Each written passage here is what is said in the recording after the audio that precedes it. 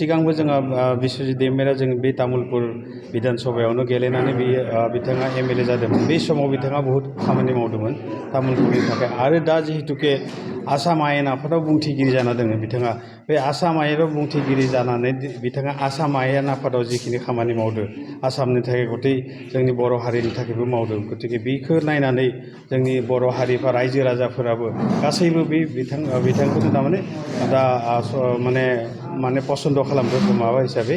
गतिके सब रायजो राजाया बिथांनि थाखायनो माने भटखौ होगोन होननानै जों आसा खालामो। दा जिहेतुके जोंहा नै बिसायख'थि फैबाय थादों 2026नि, बे बिसायख'थिनि सिगां जिहेतुके आंनो दा जिल्लानि आफादगिरि हिसाबै आंखौ होबाय। आसामनि आफादगिरि मानगोनां दिलीप शइकिया बिथां आरो लोगोसे आसामनि chief minister doctor Himanta Biswa शर्माया जिहेतु आंखौ फोथायनानै दिनै आंनो तामुलपुर जिल्लानि बिबानखौ होबाय।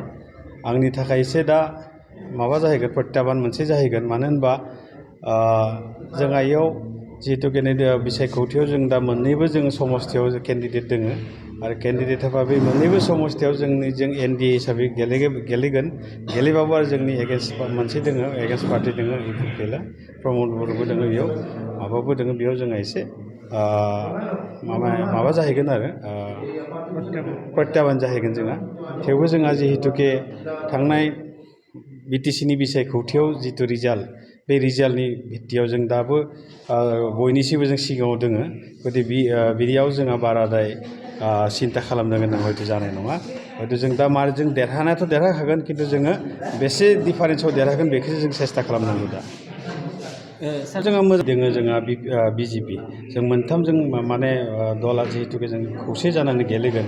गतिके बेयाव जोंहा खोब मोजां जागोन। मानो होनबा सिगांबो जोंहा बिश्वजित दैमारिया जों बे तामुलपुर बिधान सभायावनो गेलेनानै बिथाङा एमएलए जादोंमोन। बे समाव बिथाङा बहुत खामानि मावदोंमोन तामुलपुरनि थाखाय। आरो दा जिहेतुके आसाम आयेन आफादाव बुंथिगिरि जाना दङ बिथाङा, बे आसाम आयेनाव बुंथिगिरि जानानै बिथाङा आसाम आयेन आफादाव जिखिनि खामानि मावदों आसामनि थाखाय गथै जोंनि बर' हारिनि थाखायबो मावदों। गतिके बेखौ नायनानै जोंनि बर' हारिफोरा रायजो राजाफोराबो गासैबो बे बिथांखौनो थारमाने दा माने पसन्द खालामदों माबा हिसाबै।